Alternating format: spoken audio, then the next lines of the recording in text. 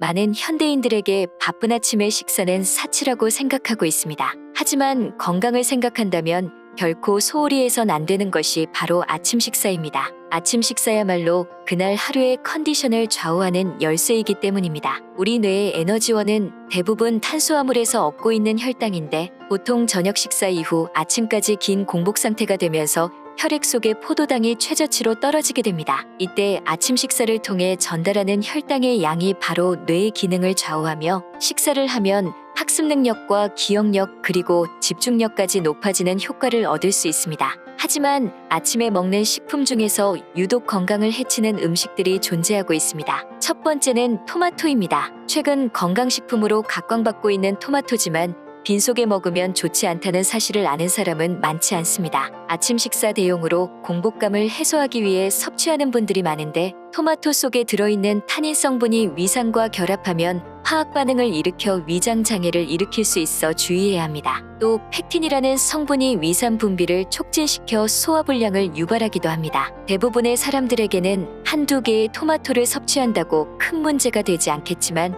평소 위염 등 위장 질환을 앓고 있다면 건강을 해칠 수 있으니 주의해야 합니다. 두 번째는 우유입니다. 우유 역시 공복에는 가급적 먹지 않는 게 좋습니다. 특히 소화 기능에 문제가 있거나 위가 건강하지 않은 사람이 습관적으로 빈속의 우유를 마시면 위 건강이 더욱 악화될 수 있습니다. 우유 속 칼슘이 위산 분비를 촉진하기 때문인데요. 빈속의 우유를 마시면 위산 분비량이 많아져 속쓰림 증상이 나타날 수 있는데 그 이유는 우유 단백질 성분인 카제인을 소화하려면 평소보다 더 많은 위액이 필요하기 때문입니다. 게다가 유당불내증 환자의 경우 아침에 우유를 마시면 설사와 복부 팽만감 등과 같은 증상이 발생할 수 있어 주의가 필요합니다. 세 번째는 바나나입니다. 아침 식사 대용으로 즐겨 먹는 과일 가운데 하나가 바로 바나나입니다. 포만감이 높고 영양가도 풍부한 데다 가격까지 저렴해서 부담 없이 먹을 수 있기 때문입니다. 하지만 바나나도 빈속에 먹으면 건강에 좋지 않습니다. 바나나는 마그네슘 함량이 높은 식품인데 빈속에 섭취하면